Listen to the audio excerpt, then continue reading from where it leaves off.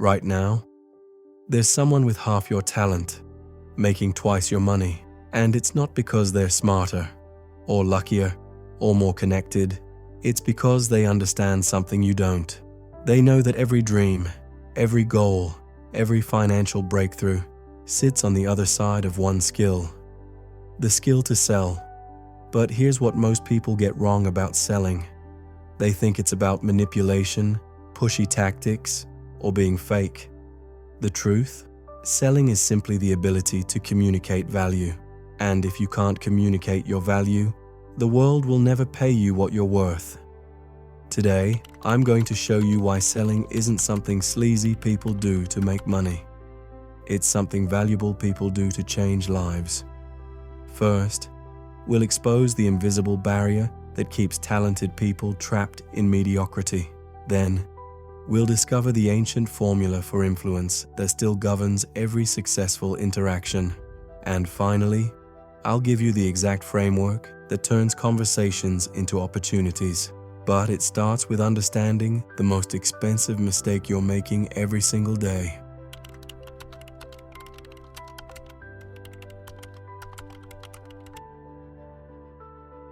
Here's the uncomfortable truth no one talks about. The world operates on a simple principle. If people don't know you exist, you don't exist. Right now, brilliant minds are stuck in cubicles. Talented creators are underpaid.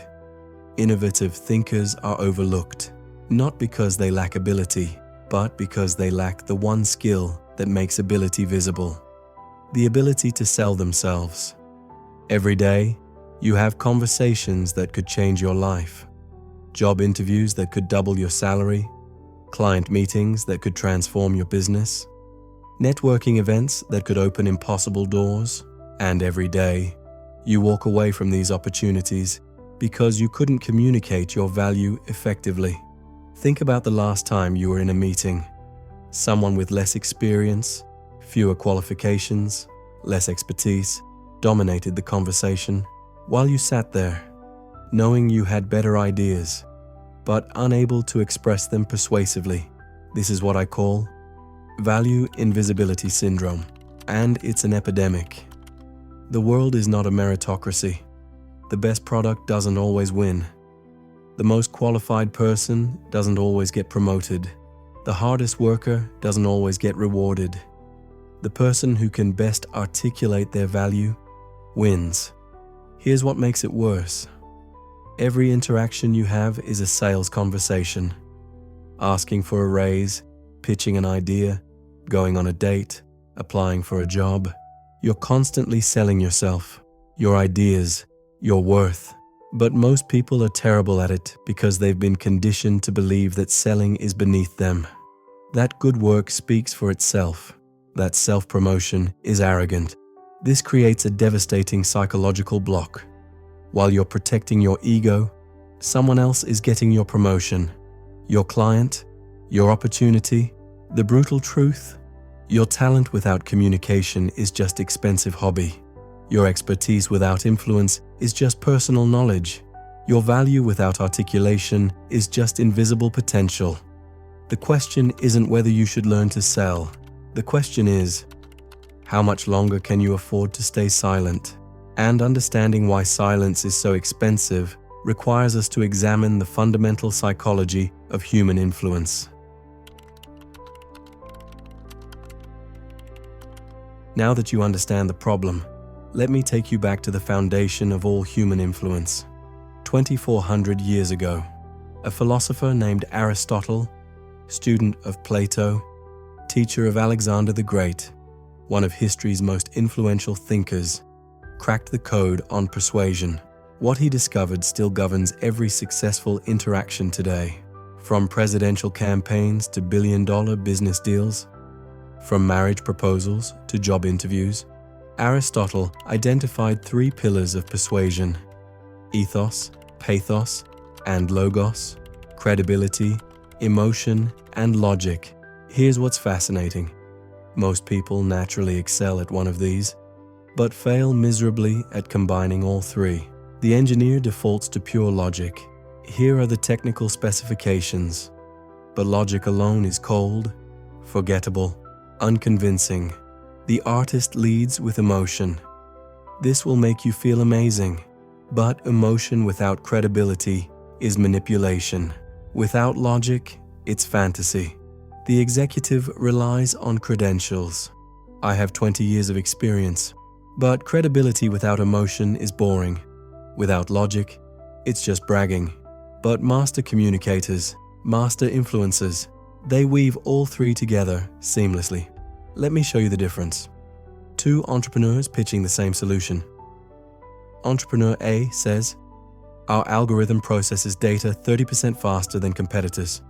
I have an MBA from Harvard. You should invest." Logic plus credibility. Technically correct. Completely forgettable.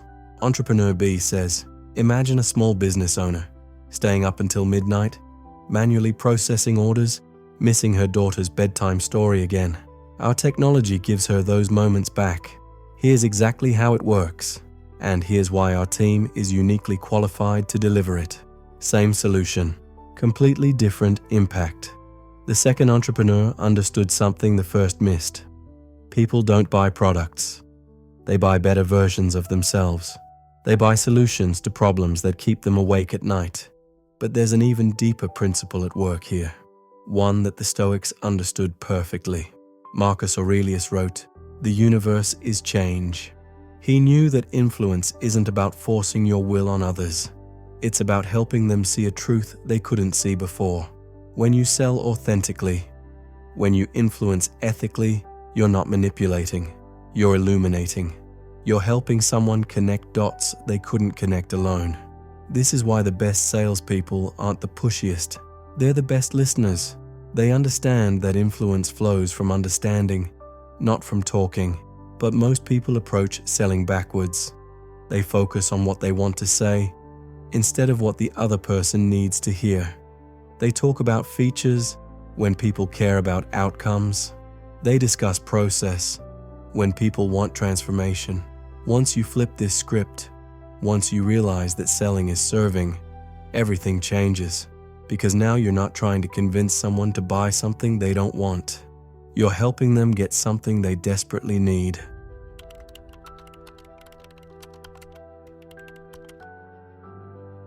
Now comes the part you've been waiting for. The exact framework that transforms how people see your value. I call it the Lighthouse Method.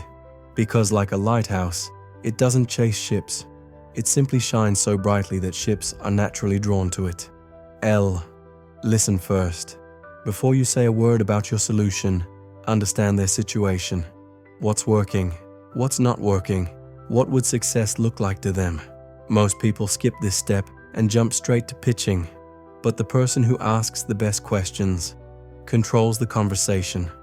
I identify the gap. Every sale, every influence opportunity exists because there's a gap between where someone is and where they want to be. Your job isn't to create this gap. It's to help them see it clearly, and more importantly, help them feel the cost of not closing it. G. Generate vision. Don't sell features, sell the future.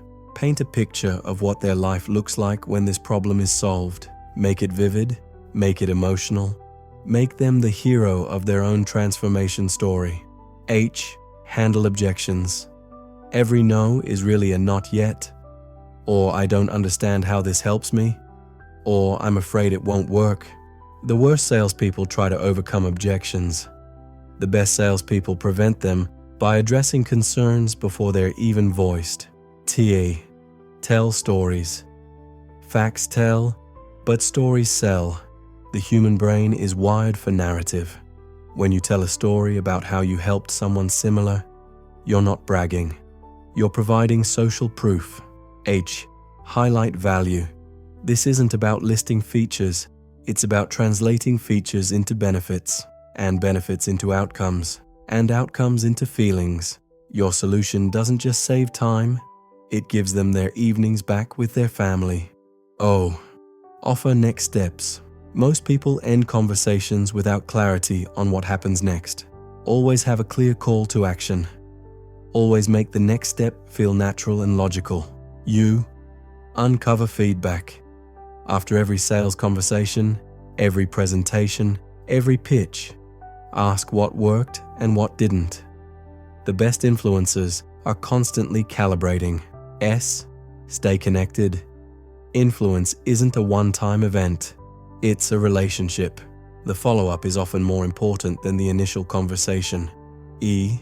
Evolve your approach. What worked yesterday might not work tomorrow.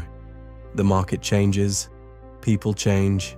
Your ability to adapt your message while staying true to your values determines your long-term success. Here's what happens when you master this framework. You stop chasing opportunities. Opportunities start chasing you. You stop begging for recognition.